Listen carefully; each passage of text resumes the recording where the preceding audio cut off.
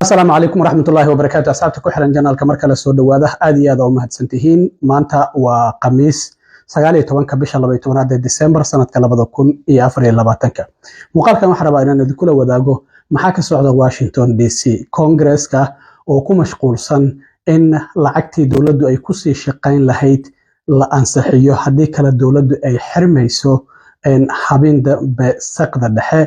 Trump iyo Elon Musk oo u hanjabaya xubnaha Republicanka haddii dimuqraadiyiinta ay ku raacaan in lacagtaasi dawladdu ay ku sii shaqeynayso muddada kooban la meel mariyo. Hanjabaadaasi maxay tahay ayaan rabaa inaan idila socodsiiyo. Maxkamadda sare oo shalay ku dhawaaqday waqtiga ay dhageysanayso dooda ku aadan TikTok ma la xirayaa mise waa la sii daynayaa, goorma ayay waqtigaas noqonayaa. Donald Trump oo sidoo kale iyo JD Vance ninka ku xigeenkiisa loo doortay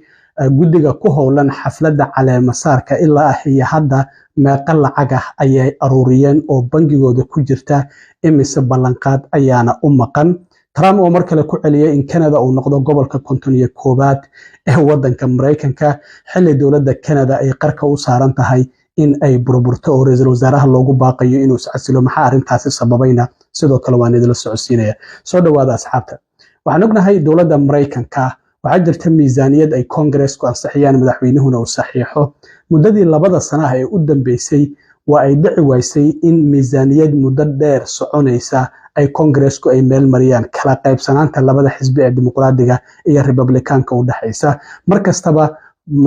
miisaaniyad muddo kooban ay dawladdu ku shaqeynayso ayaa la ansixinayay. hadda waxaa jirtay in aqalka wakiilada iyo sanadka xubnaha Republicanka iyo dimuqraadiyiinta ku jira ay isku raaceen sharci muddo kooban dawladda lagu maalgelinayo. markii heshiiskaasi uu dhacay kadib ayaa madaxweynaha la doortay Donald J. Trump iyo ninka maalgeliyay ee Elon Musk oo ninka ugu taajirsan adduunka ay ka soo horjeesteen heshiiskii xubnaha Congress-ka ee Republicanka iyo dimuqraadiyiinta ay gaareen. waxaa heshiiskaasi ku qornaa in dawladda la sii maalgeliyo ilaa iyo bisha March ee soo socotay ee saddexaad ee sanadka 2025. hadda habeenka Jimcaha marka saqda dhexe la gaaro 12 saqda dhexe oo 20 bishan ah ayaa dawladdu ay xirmaysaa haddii Congress-ku uusan meel marin lacag dawladdu ay ku sii shaqeyn karto. shaqada dawladda gabi ahaanba waa ay istaagaysaa. waxaa marka heshiiskaasi ku jira in $100 bilyan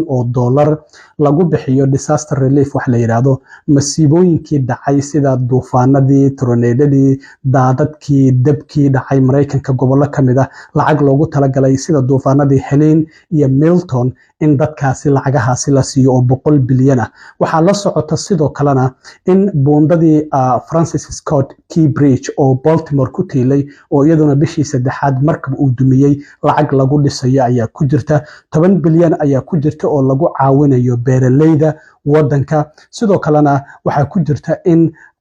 cuntada quutul daruuriga ah ee shacabka Mareykanka ay ku nool yihiin in sidoo kalena wax laga qabto oo la arintaasi hoos loo dhiga ayaa ku jirta. markii ay heshiiskaasi Congress-ku ay isla gaareen sanadka iyo waliba aqalka wakiilada Republicanka iyo dimuqraadiyiinta arintii Trump iyo Elon Musk ayaa soo dhaxgalay. Donald Trump waxa uu leeyahay dimuqraadiyiinta waa in aan la siinin wax kasta oo ay doonayaan, waana in heshiiskaasi dawladda lagu maalgelinayo lagu daro sharci lagu kordhin karo deynta dawladdu ay qaadan karto. sidoo kalena Elon Musk shalay waxa la leeyahay 70 jeer ayuu bartiisa X uu soo geliyay arintan qoraallo uu uga hadlayo. Elon Musk waa uu hanjabaya.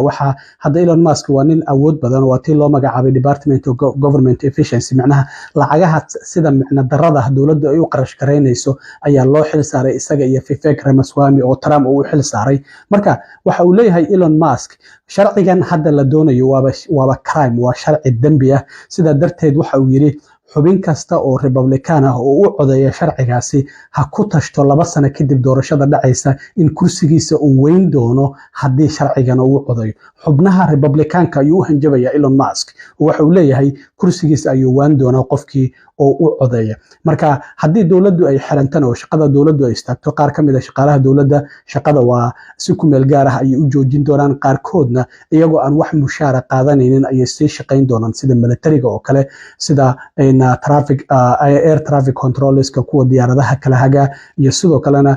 airborada kuwa dadka baara marka airboradu marayaan dhammaantoodba shaqada waa ay sii wadayaan iyagoo aan wax shaqaha la siinaynin marka xubnaha dimuqraadiyiintu waa ay hadleen hogaankooda Hakeem Jeffries oo gudoomiyaha aqlabiyadda yar ee aqalka wakiilada ayaa shir jaraa'id shalay qabtay waxaana uu yiri heshiiskii aan wada gaarnay xubnaha Republicaanka haddii aan dimuqraadiyiin nahay waa ay ka baxeen oo ah dowladdu inay sii shaqayso iyaga ayaana mas'uuliyadda qaadanaya haddii shaqada dowladda ay istaagto waxa uu yiri waxay isku raaceen in shacabka Mareykanka aan loo shaqaynin isla markaana dowladdu ay xiranto waxaana uu yiri heshiiskii aan wada gaarnay waa ay ka baxeen iyaga ayaana mas'uuliyaddaasi qaadanaya Hakeem Jeffries oo arrimahaasi ka hadlayana waxa uu yiri House Republicans, House Democrats, Senate Republicans, and Senate Democrats reached a bipartisan agreement to fund the government, keep it open,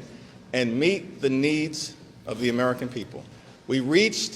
a bipartisan agreement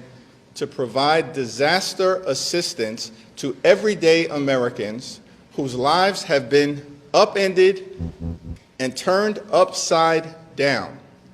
as a result of hurricanes, tornadoes, wildfires, floods, and other types of extreme weather events. We reached a bipartisan agreement to meet the needs of the American people and provide assistance to farmers, families, children, seniors, veterans, men and women in uniform, and working class Americans. House Republicans have now unilaterally decided to break a bipartisan agreement that they made. House Republicans have been ordered to shut down the government and hurt everyday Americans all across this country. House Republicans will now own any harm that is visited upon the American people that results from a government shutdown or worse. An agreement is an agreement. It was bipartisan, and there is nothing more to say. watahay Hakeem Jeffries hadalkiisa haddii halkaasi aan kaga gudbo iyo waliba sharciga dowladdu ay ku sii shaqayn karto aysan shaqadeeda ku istaajin karin oo hadda wali muran uu ka taagan yahay waan arki doonaa haddii maanta ay heshiis ka gaaraan xubnaha Koongareeska dhinaca kalena maxkamadda sare ayaa shalay waxay ku dhawaaqday xilliga ay dhageysanayso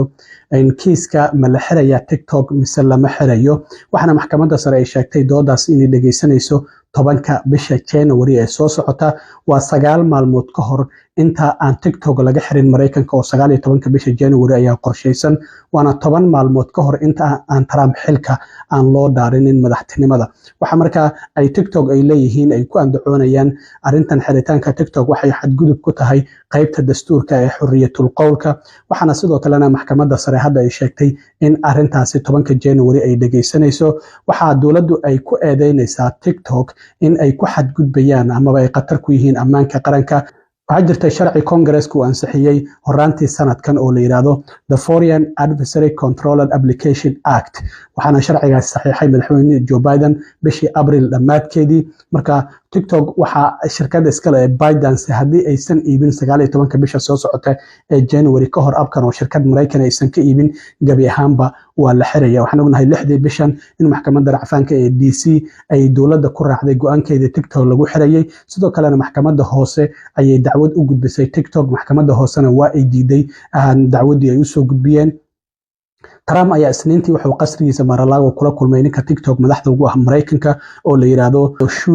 Zhao waxaana Trump uu sheegay arinta TikTok inay dib u eegis ay ku sameyn doonaan dhinaca kale sidoo kalena Trump iyo ninka ku xigeenkiisa ah oo la doortay oo madaxweynaha loo doortay guddiga ku howlan xafladda qabanqaabada caleemasaarka ayaa waxay sheegeen in lacagaha ay ururiyeen iyo waliba ballanqaadka umaqan isku darkoodu ay gaarayaan 150 milyan laakiin hadda waxay sheegeen inay bangiga ku jirto lacag ku dhawaad 70 milyan oo dollar ah qaar kalena ballanqaadyo la sameeyay toddobaadka soo socda ay soo xaroon doonaan lacagtan waxay ka badan tahay lacagtii xafladii caleemasaarka ee Biden ku baxday sanadkii 2021 oo guddiga xafladiisa qabanqaabada ku howlanaa ay 62 milyan ay ururiyeen sidoo kalena Trump tii dhaarintiisa ku baxday sanadkii 2017 oo 107 milyan ahayd waxaana sidoo kale Trump shirkadaha waaweyn dadka madaxda ka ah ay ugu deeqayaan lacago xafladiisa caleemasaarka ilaa hadda ninka madaxda ka ah shirkadda Meta ee Facebook iyo sidoo kalena Instagram iyo WhatsApp oo la yiraahdo Mark Zuckerberg 1 milyan ayuu ugu deeqay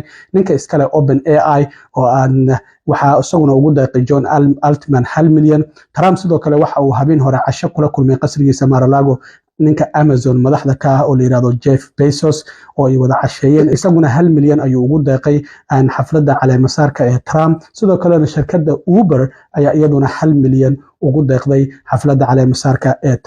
Trump sidoo kale waxa uu mar kale ku celiyay arintii ahayd Canada inay noqoto gobolka 51aad ee Mareykanka waxa uu yiri dad fara badan oo wadanka Canada arintaasi waa ay doonayaan I think waa fikrad aad u wanaagsan 51 state ayuu ku soo qoray bartiisa True Social